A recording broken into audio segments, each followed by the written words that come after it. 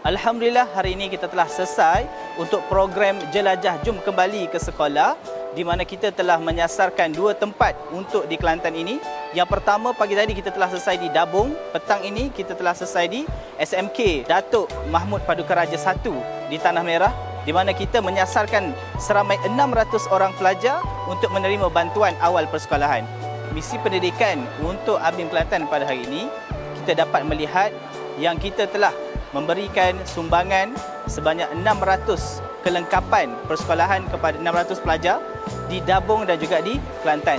Untuk misi pendidikan kali ini, kita melihat dengan lebih teliti sehingga mereka dapat belajar dengan lebih baik melalui kelengkapan yang kita bagi. Dan yang paling kita inginkan adalah para pelajar ini dapat fokus dan selesa dalam sesi pembelajaran mereka sempena pembukaan 2025 dalam program ini. ABIM Kelantan telah menjalinkan kerjasama bersama dengan pejabat Timbalan Menteri melalui kerjasama dengan Yadim dan juga Yayasan Taqwa. Jadi kami mengucapkan terima kasih atas kerjasama yang telah diberikan kepada kami untuk menjadikan misi pendidikan ini direalisasikan sepenuhnya.